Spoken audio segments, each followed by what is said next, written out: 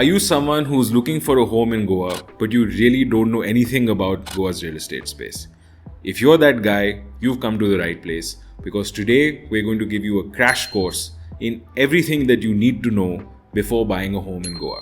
Hi everyone, this is Prashant Kalra. I'm the founder of TPB, and we showcase luxury homes in Goa and abroad. So today we're going to cover 10 of the most commonly asked questions that we deal with on a daily basis while speaking to clients. We're going to cover simple things like what do villas cost, what are the locations that you should consider, what are the overhead expenses, how to monetize your villa, how much money you can expect in terms of a return on investment, and a lot of other things. So without further ado, let's get started. And we're going to start today with the simplest question of all: what do villas cost in Goa? Now, while we've done a detailed video on this in the past, and I'm going to put a link up over here for you to look through, this is something which I'm going to deal with in a very brief manner because it's actually a much more detailed topic and we've done a detailed video on it. But in short, if you're looking for an apartment in Goa, it can start for as little as 50 lakhs and it can go as high as maybe 2.5 crores also if you're looking for something on the luxury end of things. If you're looking at villas, again, they can start at about 3.5 crores, but those will be really compact and they won't really feel like much of a villa. The sweet spot is really something around 5.5, 6 crores. And then of course, there's no end to how high this can possibly go. Then if you're looking at something really lavish, like a mansion on a standalone plot, very large piece of land, extremely premium, extremely high end, those can start for as much as 21 odd crores. And then again, it moves higher and higher, and there's really no limit to how high that can go. The second thing we're going to cover today is the locations in Goa and what you should know. Now, broadly speaking, real estate in Goa is usually bought and sold in 3 different location pockets. And we're going to pull up a map and give you a little bit of an explanation here. The first pocket that we deal with is the southern coastal belt. So that's dealing with locations close to the beaches of South Goa, going all the way up to almost Panjim.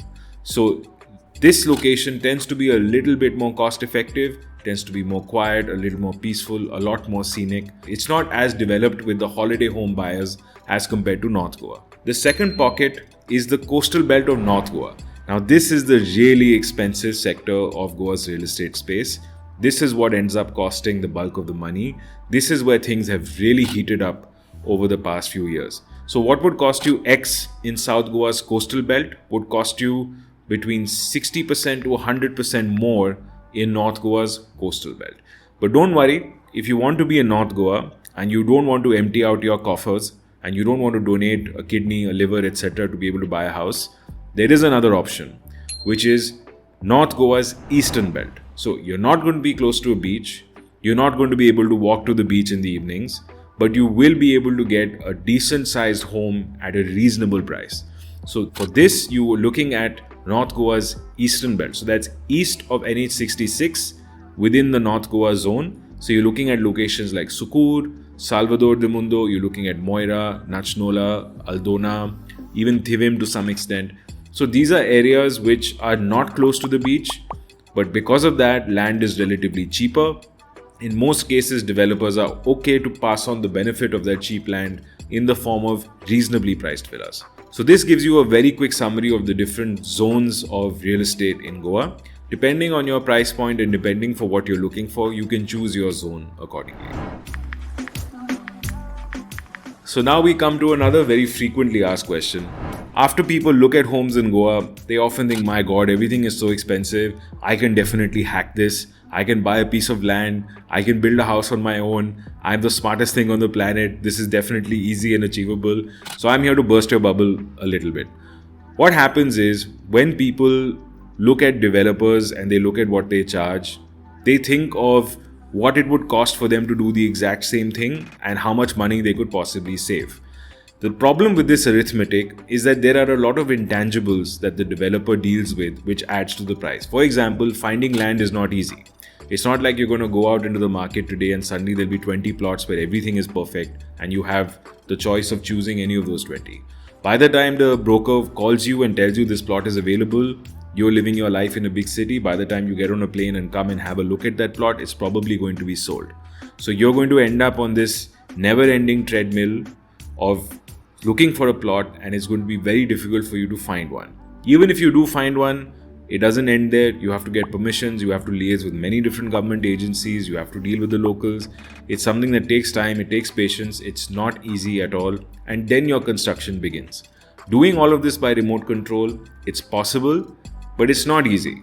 So unless you're someone with a lot of bandwidth and someone who has the time to take on an endeavor like this, I wouldn't recommend trying to buy a plot of land and building on your own. Of course, there are many people who've relocated to Goa, who have businesses here, who are actively looking for land on a daily basis, who have the connections to pull off the construction and get into the business full time. For them, absolutely, it's doable, it's achievable. But then you have to consider that they've made the necessary sacrifices to be able to take on this endeavor. So if you feel that you're one of those people, by all means, have at it. But if you're not one of those people, maybe consider whether that premium is worth you saving your time and headache. So yeah, that's something that you need to consider. So another question we get asked all the time, should I buy a ready-made home or should I buy something that's construction linked? Now the reason why a lot of us ask this question is because most of us are scarred by certain developers in the north who promised to deliver us an apartment in a certain time frame, and that apartment became fictional, it never happened, and our money got sunk. So fair enough, we're all cautious, we're scared of making the same mistake again. But that was pre-RERA. Now that RERA has come into force in Goa since 2018, things are pretty strict. Developers can't get away with taking money out of one project and putting it into another project. But that aside, purely on a financial basis, it's important to understand when you buy something that is construction linked, you're normally getting things at the cheapest possible price. When you buy something that the developer has already spent money and built, you're paying a premium of anything between 20 to 40%. So for example, if you're buying into a project which is about to start excavation or it's about to break ground, and that project at that stage is costing around 5 crore rupees, I can guarantee that by the time that same villa is ready, and if it is unsold at the time that it is ready, the developer is not going to sell it for anything less than at least 6.5, maybe 7, maybe 7.5 crores. So you can imagine the kind of premium that you're going to end up paying simply because you don't want to wait. Now, it's possible that you have a capital gains issue or you have some other constraint where you need it for yourself, so waiting is not an option. Fair enough, we understand. But if you're thinking from the perspective of an investor, it's very important to make the savvy choice, and the savvy choice is to buy into a construction linked project as early as possible and to get the best price possible. Okay, another one that we get asked very frequently, how can I monetize my villa? So Goa, very fortunately, is very well geared towards the home buyer who doesn't necessarily want to live in his villa. He's going to probably spend 2 weeks in a year, and the rest of the time that villa is going to be basically being given to tourists on short-term rentals. Now, most people ask if they need to put it up on a certain digital platform, if they need to hire their own staff and manage it. But I'd like to clarify that most buyers in Goa work with the developer because the developer has an end-to-end solution of managing your villa, renting out your villa, managing the hospitality services, the booking services. So you as a home buyer, you don't need to worry about anything. The developer is taking care of everything and you're simply cashing in your check.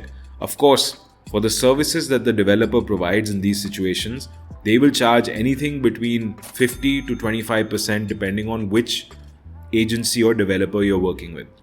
The bottom line is they charge you that premium because they are also bearing the cost of providing the hospitality service, the housekeeping, the butlers, the booking management, and much more. So at the end of the day, it's a trade-off to save your time and hassle. But of course, if you're someone who wants to get into the business, you want to hire your own staff, you want to run it yourself, you want to save that commission that would otherwise go to a management service, of course you can do it, and many people do it. You need to take permissions and licenses before you can rent out your villa. So be sure that you do the needful and you don't just buy a villa and start renting it out, because you will run into trouble. What's the ROI you can expect? Now, there are all kinds of numbers floating around. So it really depends on the price at which you bought your villa and how popular that area is. So many people bought into locations like Asagaon during COVID when there was a crisis where everything was going at a discount. So today they can run around and say that we're getting a 15% ROI, we're getting a 20% ROI. And what happens is incorrectly the perception goes out that 15 to 20% ROI is normal. I'd like to burst your bubble again and tell you it's totally not normal. Nowadays, with the asking prices of villas skyrocketing, the number of villas in Goa skyrocketing, there is a lot more competition in the villa rental space. So the average traction that a villa gets is not as much as it was post-COVID, because keep in mind there have been some changes. One, there are a lot more villas in the market, so supply is higher. Number two, your entry price is higher because villa prices have gone up. Number three, travelers now have the option of traveling abroad, which if you remember shortly after COVID, international travel wasn't an option. So everyone came to Goa and the supply was low. So those are the factors that contributed to the boom in ROI that was there earlier. Nowadays, if you think about it rationally, considering that you have to deal with management costs, you have to deal with the costs of the agency that's managing your property, and there's a revenue share. You also have to deal with the fact that there are many more villas in the market.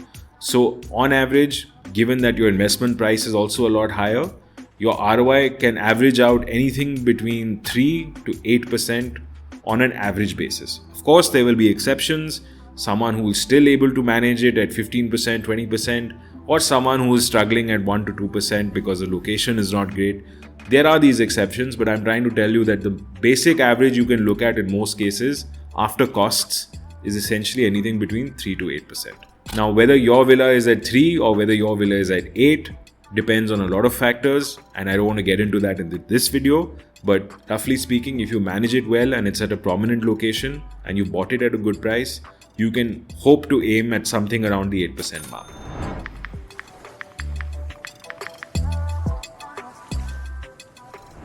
Will Goa continue to boom? Now that's the billion-dollar question. Now, a lot of people think that because things have run up as high as they have, Goa is suddenly in this bubble that's going to collapse. Now, a bubble gets formed and collapses usually when there's excess supply and no demand, or the demand collapses.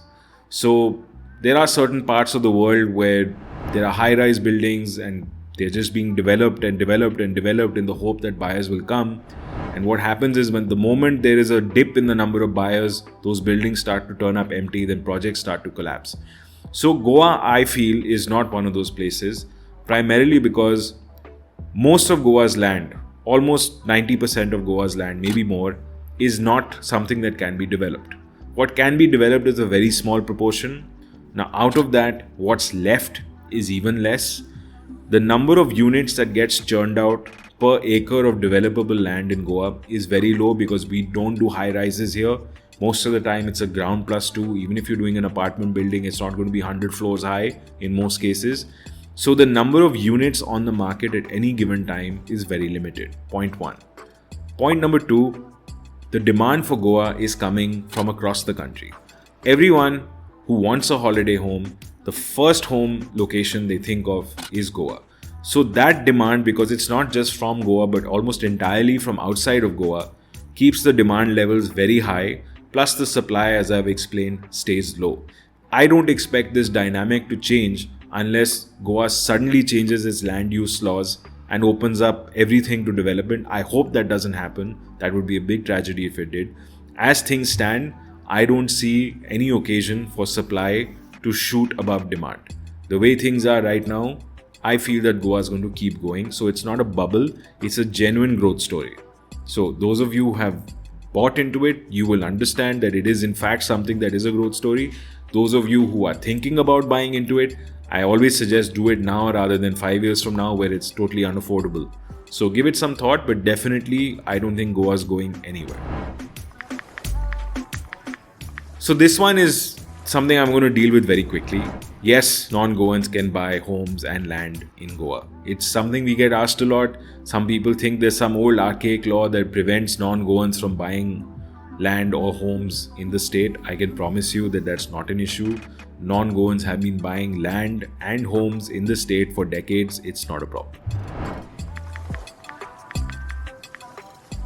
Additional costs are a big factor. Now, if you have a budget of 5 crores for Goa and you think that that's where your expenses are going to end, you're totally wrong. If your budget is 5 crores, you should shoot for a home that's somewhere around 4.2, 4.3 crores, because the overheads, that stamp duty, registration, GST, brokerage, even the maintenance charges that the developer charges you, all of this can add about 15 to 16% to your purchase cost.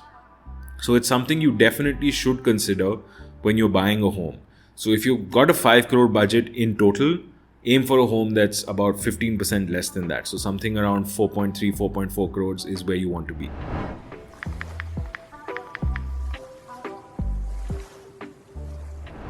Can you own a beach house?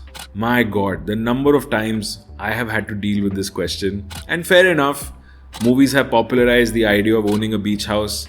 Some of India's biggest celebrities own beach houses here and there. The truth is, you cannot buy land on the beach and build a house. It's simply not legal. There are so many laws that have a problem with this. There are so many NGOs that have a problem with it. It's strictly speaking not legal. If you want to buy a beach house, you're looking for an old house pre-1991, which is when the law came into effect, which is an old structure which you can then renovate and build on. But these are so rare, they are almost impossible to find. And when you find them, they are almost prohibitive to buy because they are so expensive. So in truth, if you want a beach house, I don't think Goa is the best destination for you.